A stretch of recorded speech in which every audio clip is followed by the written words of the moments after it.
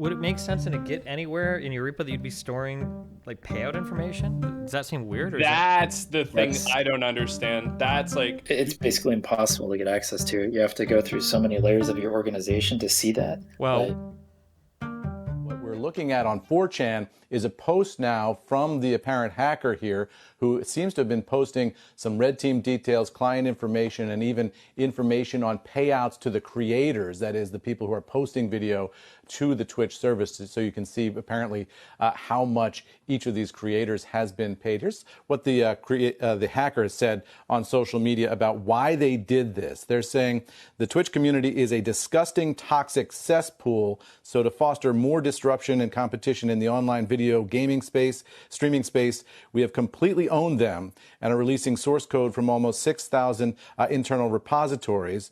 They also say, sort of mocking Jeff Bezos here, Jeff Bezos paid $970 million for this. We're giving it away for free.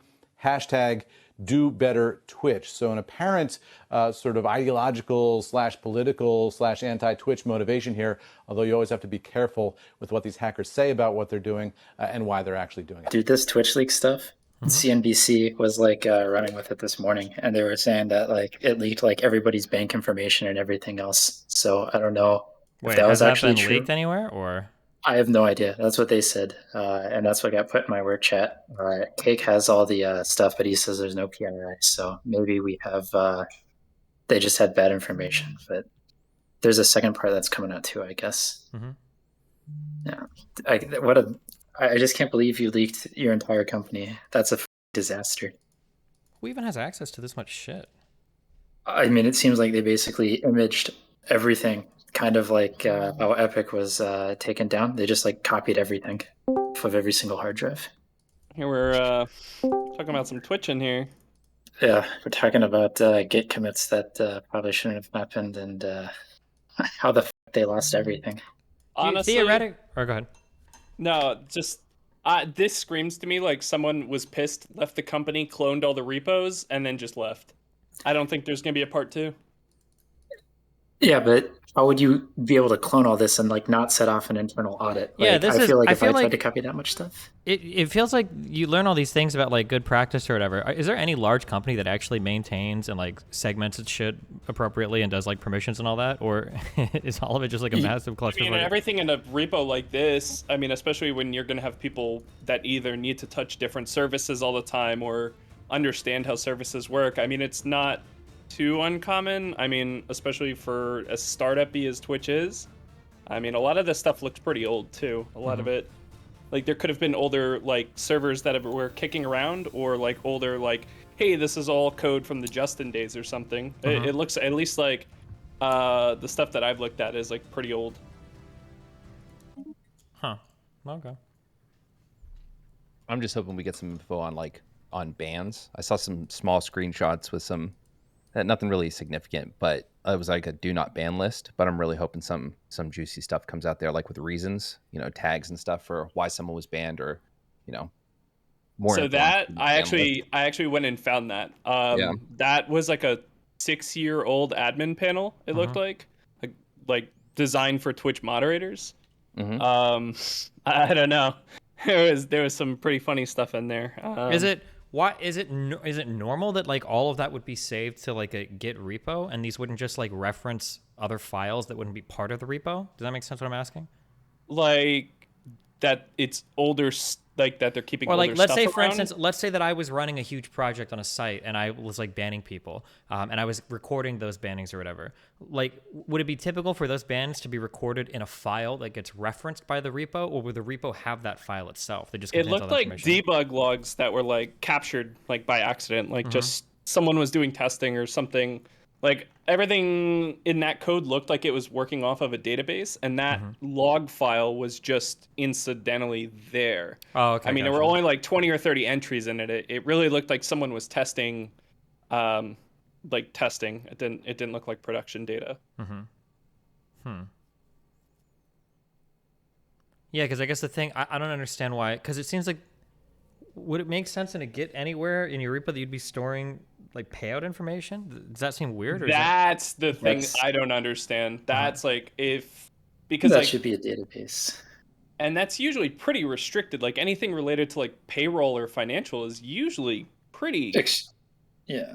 like It's basically impossible to get access to it. You have to go through so many layers of your organization to see that. Well, Like, we and then it's ideally, on. right? But Yeah, man, it's all supposed to be segmented. You're supposed to have all sorts of access control, and whoever's even like just looking at that stuff has to like go on a list. At least for us, it's yeah, same. It's crazy the amount of like checks and that around like financials and like employer data. I mean, or contractor. I don't know. I really still don't think there's going to be a part 2. Like, if somebody actually walked away with like that serious kind of like PII from Twitch, like they're not just going to go unload it on 4chan. They're going to go take that to some like dark web form and go sell it or try to sell it.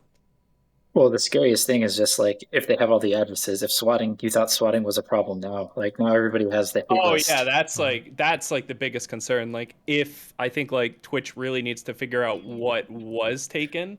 yeah, and like they should be really forthcoming. Like, can you imagine like perverted like swatter harasser dudes? All of a sudden, you've got like addresses to every single like girly streamer on fucking Twitch. And you know how like, much money she makes. yeah, and holy her bank shit. account. Yeah, that's Addresses, like bank some accounts, insane yeah. levels of leverage there. I'm actually a little bit shocked. Wait, when this went live last night, right? Like early this morning, I think like 3-4 Eastern time, AM. Okay, yeah.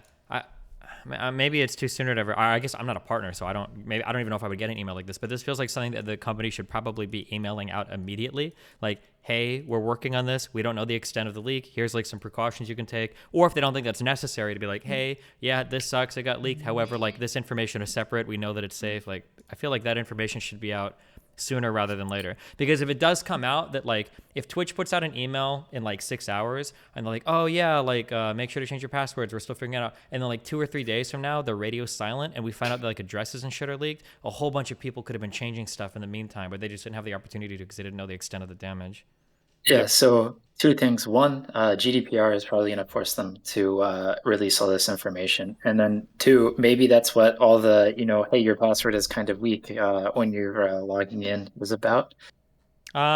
People were saying that, but there's a lot of services right now. I know Chrome does it, and I think other ones that are, I think they, if I had to guess how they do this, Kate can get me wrong. My guess is that like when you type in a password, it does 2 things. I think it's comparing hashes to like known leaked things, and then I think it compares hashes to like weak passwords. And I think that's why it's telling you like, hey, this password is show. Yeah, I don't think it's actually saying that like, hey, your password's been compromised. They're just doing like the standard check that they've always done, or that sites are starting to do, where they're just comparing hashes to known leaked passwords and then to weak passwords.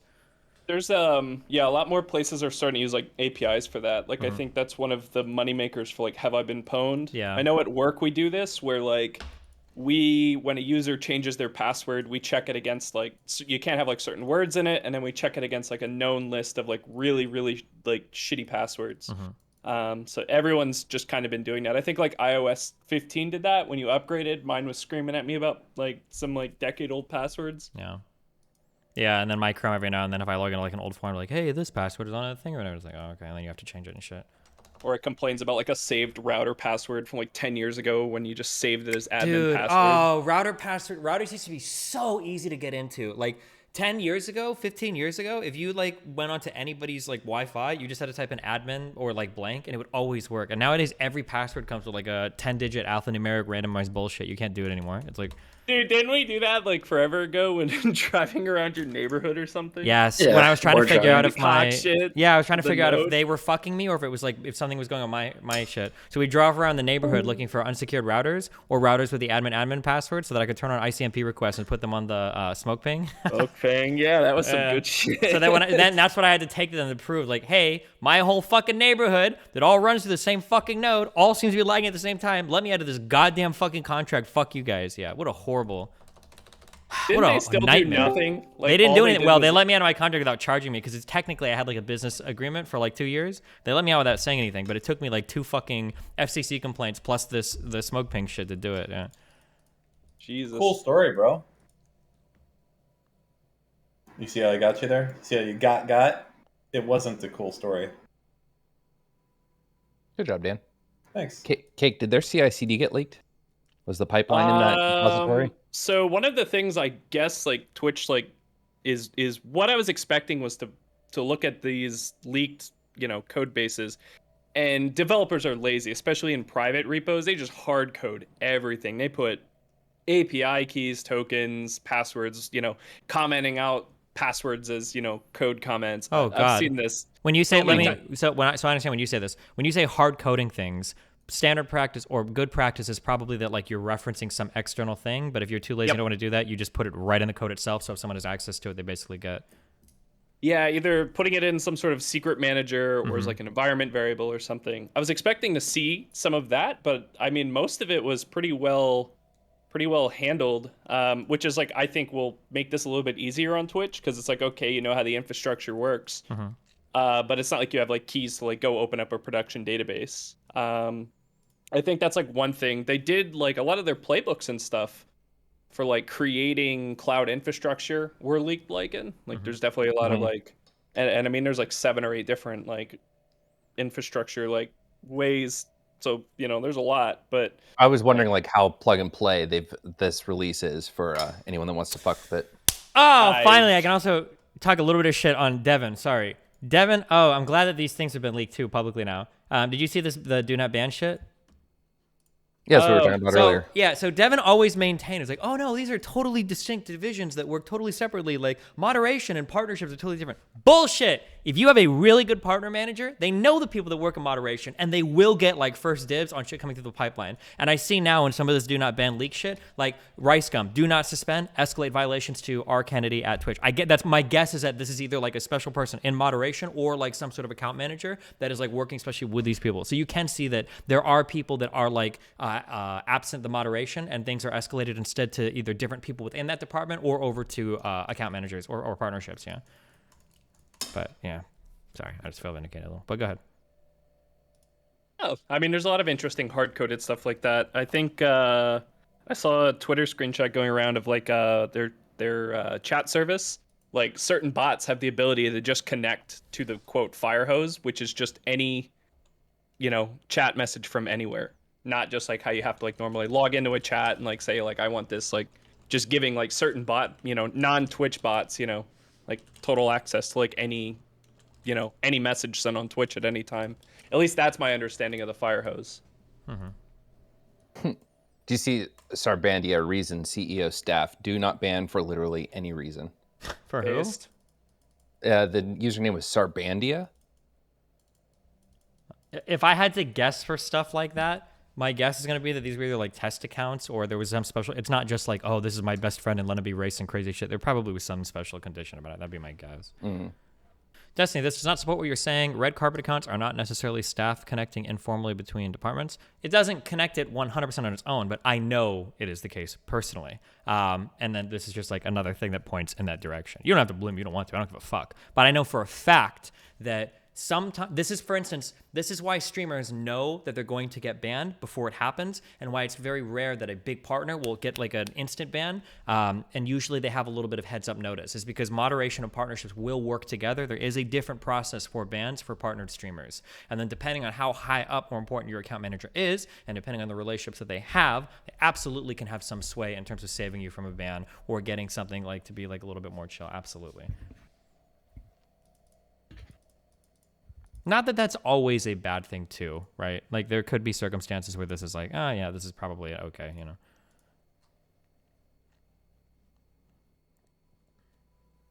Isn't this obvious? I imagine all companies have some preference. Yeah, of course, yeah. It's not necessarily a bad thing, I would say, but yeah.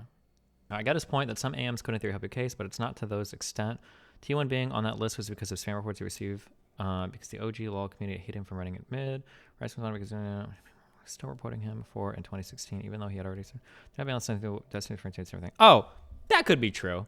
That it might be that the do not ban list, whatever was listed on that file, is literally just like this person got spam reported. So before you pull the trigger, check with somebody like higher moderation. That could be true. If this guy works internally, assuming he would know better than I. So screenshot earlier of like the test against you, that one.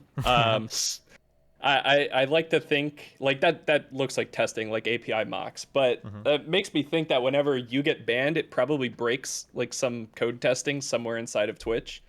Maybe. Because like it's probably like anytime like the code's probably just tested, like anytime a change is made. So that test probably fails whenever you get banned. So nice, good, fuck them. Although we also don't know how old this is as well, right? yeah, I mean, my friend's editor that's been looking at all of the code like shows the commit age. So I'd have to go find. I bet this was committed back in like 2011 or some shit. Just by it saying like day 9 in Destiny. Because people cause some people are looking at this like, oh yeah, Twitch hates you so much. But my guess is that like this was probably way back a long time ago. I was like the biggest streamer on the site, and then day 9 was like really big too. They probably just grabbed like 2 really big names, and then that was their test environment. That'd be my guess. Yeah, that's probably what happened. I made that screenshot. It's from that commit is from 2017. Really? This a leak of Twitch's source code as well as creator payouts was linked in 4chan. Someone went through and pulled the 10,000 highest paid creators. DSP was on that list at 1,392 with a total pre-tax payout of $435,000. Wait, isn't that higher than rank 1,392? I'm really surprised Twitch has not gone and tried to get this like Twitch earnings site taken down already.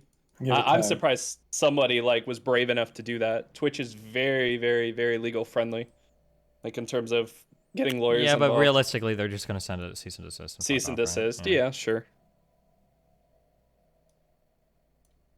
I imagine they're probably worried about other stuff right now too. I think the interesting thing that nobody's really looked at yet is I'm pretty sure Dr. Disrespect's like payout data is in like the early months of the leak, but I don't think like this site categorizes it either. Oh yeah, because I was trying to find Indie Fox. I was curious, but it's not on there either. Is Indie Fox banned? Oh, Indie Fox. Oh, yeah, it she is. lost the Coomer Wars. Remember? That's right. Way back. So here's what I worry about.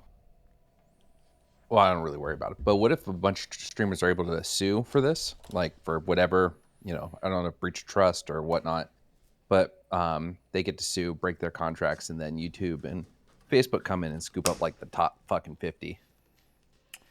That would be pretty funny. Although, don't you normally have time to remedy? Isn't there usually like a remedy period? Apple doesn't know this better. For breach of contract. Although I don't know how you could remedy something like this. I didn't have a chance to remedy when they fucking unpardoned me, so who knows?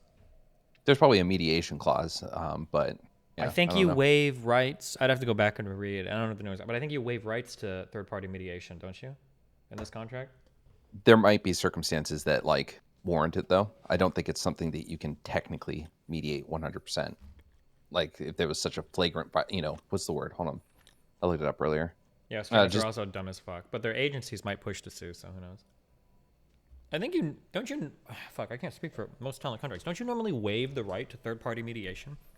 Isn't that part of signing a contract? Because they don't want you to bring in like third parties to try to like figure out.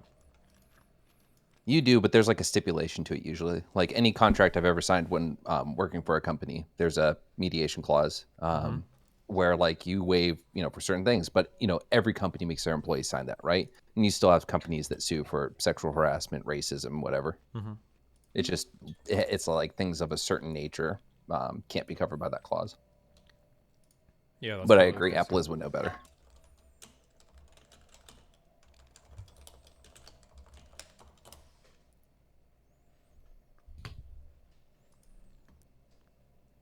Isn't it the opposite? You waive the right to sue in court and are forced to mediation. I don't think you ever like waive the right to sue, right? Unless you're, like you can have like you can indemnify them against certain things, but if it gets too bad, I think court is always an option. This is Nico tweet. All the Twitch leaks showed me is that we need to keep pushing for diversity. Oh God,